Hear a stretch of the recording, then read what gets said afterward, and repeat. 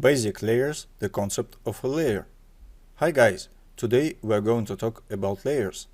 Layers are a very important part of Photoshop, and it's absolutely impossible to use Photoshop effectively without knowing how to work with layers. If you look closely at this landscape, it will be clear that these multicolored layers reflected the time intervals in which some changes took place, and each specific period of time the color of the soil is different. And in the same way in Photoshop, each layer has a certain meaning and its own message. In Photoshop, layers are like glass shelves on which various parts of the image are located. Just like in real life, if we look from above through the top shelf, we will see everything that is on the shelves below. If we put some objects on these shelves, then of course we will be able to see through the shelves everything that is below. And also we will be able to move objects on each of the shelves. At the same time, we will not affect other shelves at all. This is exactly the principle of working with layers.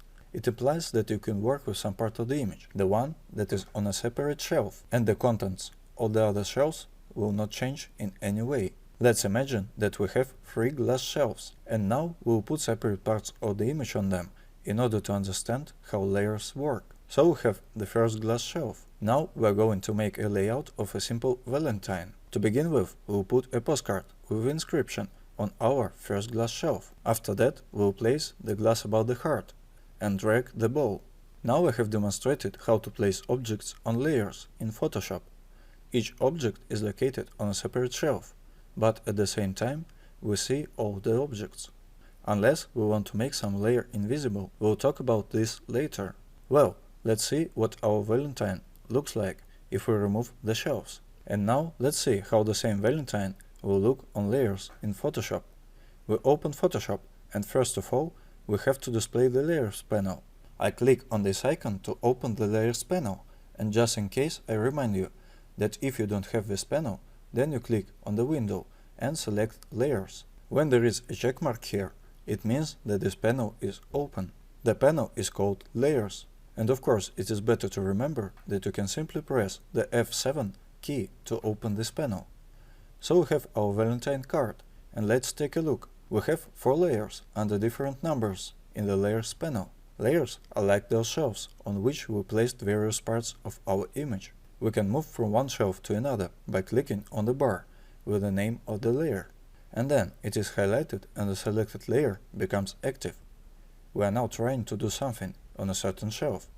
For example, I can disable this eye icon here, and then everything that is on the particular layer of the shelf will become invisible. Or let's look at this layer, for example. I also click on it and disable the eye icon, and my ribbon disappears. But to make it easier for you to work with layers, it's better to give them names, so that you don't have to remember layer 1, layer 2, and so on. For example, in order to name this layer bow, I click here twice, and now I can enter any name I want. I can rename any other layer. There is another way to find on which layer an object is located. We'll need the Move tool. It is a very convenient selection tool. Please note that I have checkmark on Auto Select right now. This means that if I click on an object now, the layer on which this object is located will be automatically selected. And so I click on the heart, and the layer with the heart is selected. Let's rename it too. Click twice and write a heart. Like that. The same can be done with all layers. The next thing we can do is move objects on our layers. Let's take a Move tool. Now we can move the heart to any other place. Note that the other layers do not change at all. I only work with one layer. All the others remain the same. Well, for example, I could move the heart here. Let's bring it back. Otherwise, it doesn't look very good. If you want, you can also change the size of the thumbnails that display what is on each of the layers. Click here, select the panel options, and here you can choose the thumbnail size that suits you. Let me choose a big one, just to demonstrate how it will look, and you can choose the option that is more convenient for you. So I put a dot and click OK, and look, I have now stretched the panel of layers, and the thumbnails have become quite large. If it will be more convenient for you to navigate the document by the images on the thumbnail, then you can choose the size of thumbnails. And since we have started making postcards, let's practice on one more. Let's try to make a postcard layer by layer from different elements and arrange them on different layers. Attention, what I'm going to show you now will be your homework, so watch carefully. So the first thing we need to do is create a new document, but you already know how to do that. So we create a new document, press the keyboard shortcut Ctrl+N. We will set the settings of our document. It will be 1000 to 1000 pixels, a square document, and we can immediately set the name, like that, and click OK. I have a new document with a white background. By the way, when we created the document, we could also choose a different background color, but we will not do this, because now we'll drag all the elements into this document, and each of the elements will be located on a new layer. Let's press the keyboard shortcut Ctrl+O and open all necessary files that we need at the same time. I select all the necessary files. We'll have 5 elements on this postcard. And so I choose Santa Claus and hold down Ctrl and select the other files that I need. I click Open, and all these files, as you can see, are now in the tabs. Now we can click Window, Arrange, and for example select a tile, and you see we have our files on transparent background. These are PNG files. I told you about this format in one of the lessons, and now we see how convenient it is. Just in case, let me remind you that in this format the image is on a transparent background, and that's exactly what we need right now. Now let's get it all back. Window, Arrange, and select Consolidate all to tabs. Let's take our file that we created. It's called Santa Claus, and we'll drag it like this, so that we have it right here. And we'll start dragging all the elements of our composition onto it, step by step. Right now we see only one layer here, which we call the background. This is the layer that was created by default. Now we take and edit the background here first. I click the background tab. Here we have it, and just drag and drop the file into the document. Okay, the Move tool was active at the time, and now with this tool I'm aligning the background to the size of my document background. Note that another new layer has appeared in the Layers panel. Let's rename it right away. I click twice and name it Background. And let's move on. The next thing we need to edit is the houses that we will have at the bottom of our postcard. Let's do the same thing I did before. So we open the houses. It appears here. We see that the Move tool is active. Hold down the left mouse button, click on the image of houses, and drag the houses into our image without releasing the left mouse button.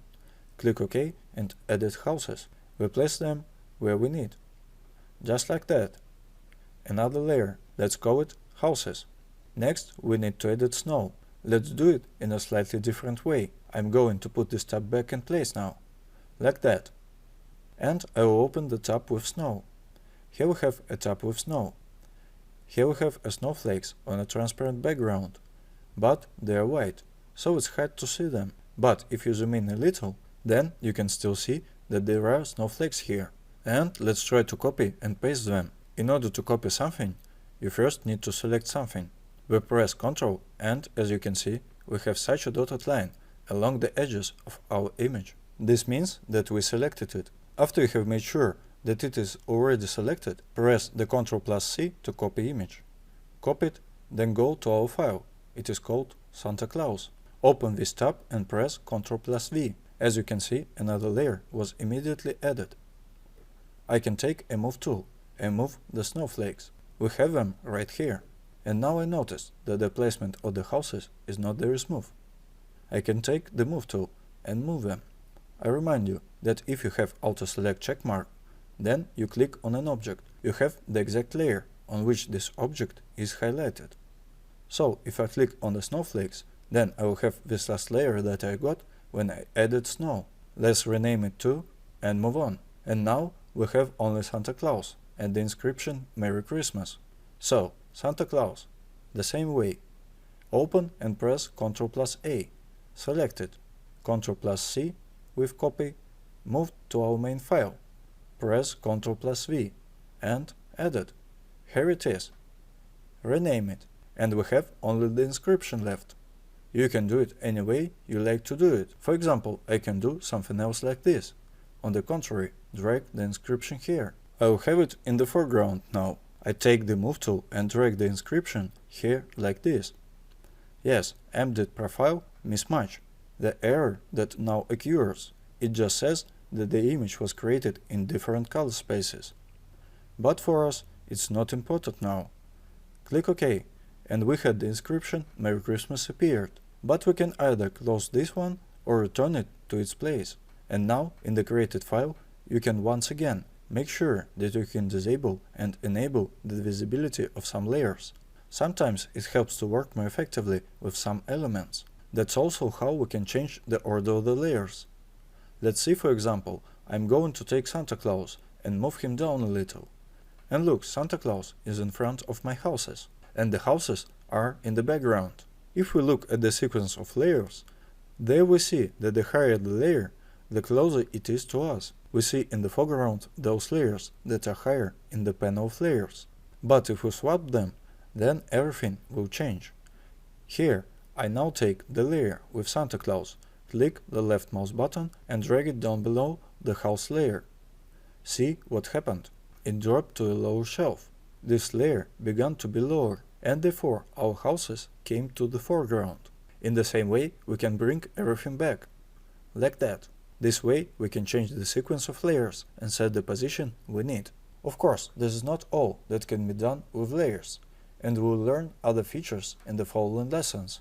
And now, let's save our file. Let's choose the format in which we will save it. We can save it either in JPEG format, and then we'll get a postcard that we can already post, for example, on our social networks, and send it to someone. But if we assume that the document will need further editing, we need to save the layers, because in this case we can again, let's say, change the location of Santa Claus, move it here, but we won't be able to do it in JPEG. And now we will save it in PSD format, so that you can change it later. So we save the file, click Save. In the selected window we look so that we have the PSD file type, and here we choose OK, so it's saved. When saving the file, also note that the Layers checkbox is enabled, so that all these layers that you have created are saved. Let me show you where it is again. This time I will choose Save As. Here, look, there must be check mark. Click Save, but I have already saved it. Therefore, I will not do this. Well guys, this was our first practical task. I hope that you'll be able to make wonderful Christmas cards. Let's say you have completed your homework, but your file is so large that even after archiving, you can't upload it. We have a lesson in the course that is dedicated specifically to file size. But perhaps you have encountered this problem a little earlier or just won't find out about it as soon as possible. Let me tell you how you can reduce the file size and archive it. First of all, we need to find out what size our image is. We need to go to the image menu, select the image size or press Alt plus Ctrl plus I. After that, we have a dialog box with the size of our file. At the top, we see the size of our file. And here we see the height and width values. I have pixel values, but you can change it to a value that is convenient for you. Well, let's focus on pixels now. So, I now have a height of 5748 pixels and a width of 4106 pixels. As a result, with a resolution of 300 pixels per inch, I get the image size of 67.5 megabytes. And we need to reduce it. Please note that this icon, which stands between width and height, should look like this. If it is enabled and you change one of the parameters, then the second one will also change proportionally. And if you disable it, then each of parameters can be changed separately. We'll turn it on, and now I'll reduce the height values to 1000 pixels. So I type 1000. See how much the size of our image has changed. Actually, this is what we were aiming for, what we need to get. Click OK. After that, our images became smaller. It can be seen clearly, but at the same time, its quality is good enough, so that I could, for example, see how well you did your homework. After that, the file must be saved. And if you want a large size image to be saved too, after all, it may be useful to you for something.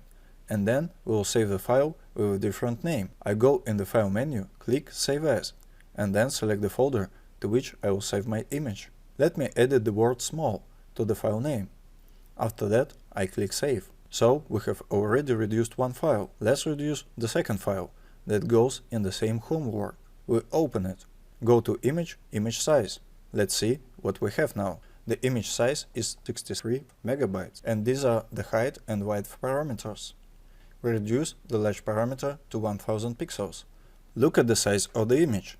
OK, and I will save it with a new name. File, Save As. Edit the word small. Now let's try to achieve large and small files and compare the result. To begin with, let's take two source files. They were called The Girl with Lace and The Child Source. I select these two files by holding down Ctrl. I click on the first one, press Ctrl and click on the second one. I press the right mouse button and select Edit to Archive. Here I have the name of the archive. Select the zip and click OK. And now I will archive the reduced files. So choose a girl with a lace small. Press Ctrl. I choose the second small file. Edit to Archive. Choose zip. Click OK. Here we have the second file. Let's see what size they are. We pull the cursor to the reduced one and see 6.9 megabytes. We pull the cursor to the original one and see its size. Look at how much our file has compressed. This is how you can reduce, save and archive files, so that you don't have problems with uploading them. Well, maybe it will just come in handy someday. I hope this explanation was clear enough. It was Peter Romanov and AIM School. Goodbye.